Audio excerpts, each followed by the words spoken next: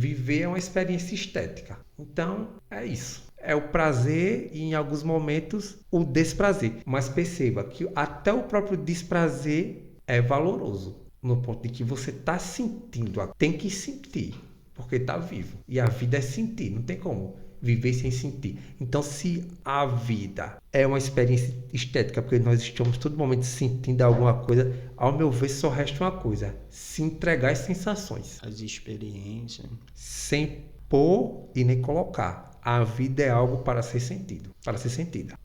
No livro Assim Falou Zaratustra, o Zaratustra, que é vamos dizer assim, o profeta de Nietzsche, ou o profeta que o Nietzsche criou, diz muito bem que a maneira mais sublime de viver é como artista. Porque o artista cria a partir das suas experiências estéticas, ou seja, a experiência estética é uma experiência que é sentida. Veja só, que é sentida. Ele cria verdadeiras representações.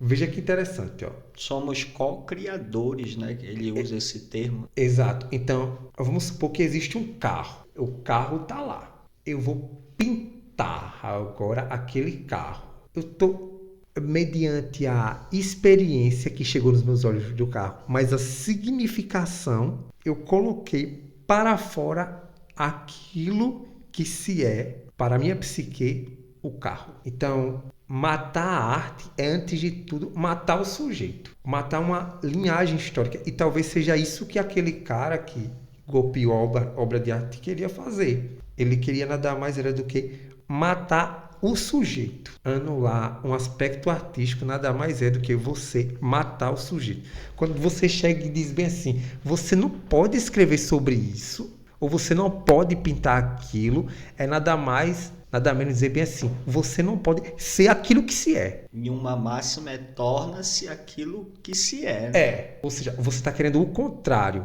Aí é que está, por exemplo, o instrumento do capital, que é cruel nesse ponto, em falar. A primeira coisa que se fala é o seguinte: você vai fazer arte, cuidado, isso é coisa de vagabundo. Mas no fato que ele está querendo dizer é o seguinte: se você for artista, você não vai ser produtivo. Aí acaba o sistema. Acaba. Exatamente. Em momentos de crise, quando o bicho pega, o que salva a vida humana é a arte, e o que é paradoxal. Mas eu repito e friso: todo ser humano é um artista. E porque cria a existência. A partir do momento que o ser humano existe, claro que ele não autocria enquanto de se autonascer, mas ele, de certa maneira... significado, isso, sentido. Exato. E o professor a todo tempo faz isso, principalmente na percepção em que ele tem um contato com o outro, que não é um outro, são outros, e ele tenta ressignificar e significar ao mesmo tempo um conhecimento técnico. E isso, eu sou professor de física, então eu tento elaborar para deixar de uma linguagem mais clara e mais acessível, por exemplo, uma lei cosmológica, que é a lei da gravitação universal. Então eu tenho que, de certa maneira, trabalhar para deixar aquele signo, transformar aquele signo de maneira que o signo não perca a sua essência, porque se eu vender, abre aspas, fecha aspas, vender uma linguagem metafórica, uma coisa diferente do conhecimento científico, eu não estou cumprindo meu papel. Eu sou professor de física, eu tenho que transmitir um conhecimento científico, mas eu tenho que transmitir um conhecimento científico para que tenha sentido naquelas mentes. Então, de certa maneira, eu tenho que a todo momento criar. Aí é o ponto aqui, que todo professor é um ser criativo. Não importa quais são as ferramentas que ele está usando, mas todo professor é um ser criativo. Não sei se tu conheces um professor chamado Ricardo Basbaum, que ele é professor e também é artista. Ele tem um livro que é o Manual do Artista, etc. E ele vai mostrar que o artista ele faz várias coisas, não só criar o seu objeto artístico, mas na produção, na organização. E aí tem uns artigos ancorados nessa teoria do Ricardo, do professor artista. Tem textos científicos falando sobre o professor artista. Aí eu encontrei, foi um achado desse ano que foi muito prazeroso, uma obra do Paulo Freire com Irachó. Medo e Ousadia, o nome do livro, O Cotidiano Escolar. E aí ele fala sobre o professor artista, eles conversando sobre a gente procurar a perceber o espaço da sala de aula como algo plástico, que eu posso dar vários usos para aquele espaço. Eu posso metamorfosear aquele espaço para poder atender essas diferenças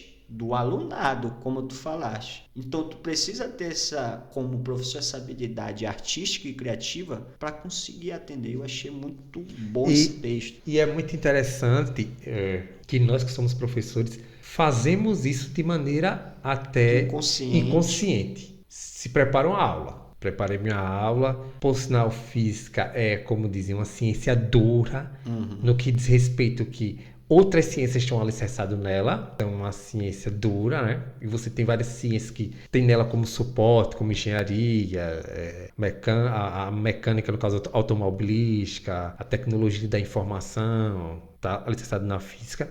Mas, de certa maneira, eu tenho que trabalhar aquilo para que o cara que nunca ouviu o conceito, por exemplo, de carga elétrica, passe a entender o que é aquilo. Então, eu explico de uma maneira até para uma sala, e quando eu vou para outra sala, eu percebo que aquela conceitual sendo passada de uma forma que eu passei na primeira sala não vai ser mais na segunda. E como a pessoa sabe disso? A partir da própria percepção que o professor tem da sala com a convivência. E isso é interessantíssimo, que nós fazemos de maneira tactível. É o tato que nós temos ali no cotidiano que vai nos fazer perceber e também ter uma certa plasticidade em relação até ao próprio método. Então, essa história que surge por aí, que o professor tem que ser criativo, é uma balela, porque o professor sempre foi criativo. O professor sempre foi criativo, desde que o mundo é mundo, né? Sempre foi. Não tem nada de novo nisso aí.